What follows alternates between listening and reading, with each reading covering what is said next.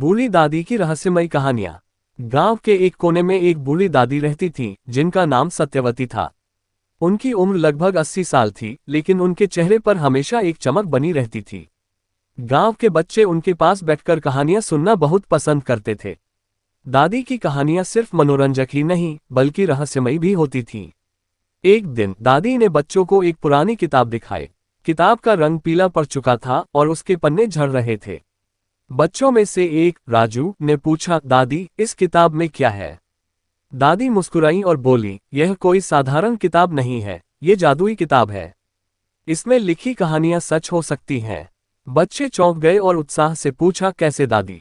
दादी ने बताया, अगर कोई इस किताब की किसी भी कहानी को पूरे विश्वास के साथ पढ़े तो वह कहानी हकीकत में बदल सकती है। लेकिन ये भी ध्यान रखना चाहिए कि अगर मन में डर हो तो कहानी गलत दिशा में भी जा सकती है। परीक्षा का दिन। राजू को ये बात मजाक लगी। उसने हंसते हुए कहा, अगर ऐसा होता तो मैं राजा बन जाता। दादी ने मुस्कुराकर कहा, अगर तुम पूरी सच्चाई और ईमानदारी से सोचो तो यह मुमकिन हो सकता है, लेकिन लालच या अहंकार इसमें बाधा डाल सकते हैं। राजू ने उस रात किताब का एक पन्ना खोला और पढ़ना शुरू किया। उसने एक कहानी पढ़ी जिसमें एक साधारण लड़का मेहनत और बुद्धिमानी से राजा बन जाता है। राजू ने सोचा कि सुबह होते ही वह राजा बन जाएगा, लेकिन अगले दिन कुछ अजीब हुआ।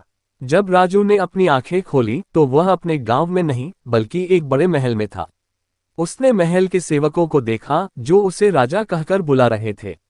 राजू पहले तो बहुत खुश हुआ, लेकिन जल्द ही उसे एहसास हुआ कि राजा बनना आसान नहीं होता। उसे बहुत सारे फैसले लेने पड़ते, लोगों की समस्याएं हल करनी पड़ती और बिना सोचे समझे कोई भी काम नहीं कर सकता था। राजू को जल्द ही समझ में आ गया कि असली राजा वही होता है जो अपनी मेहनत और बुद्धिमानी से यह पद प्राप्त करता है, न कि जादू से।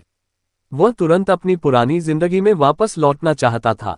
उसने फिर से वही किताब खोली और पढ़ा, जो भी अपने किए पर पछताए और सही रास्ता अपनाए, उसे दोबारा मौका मिलता है।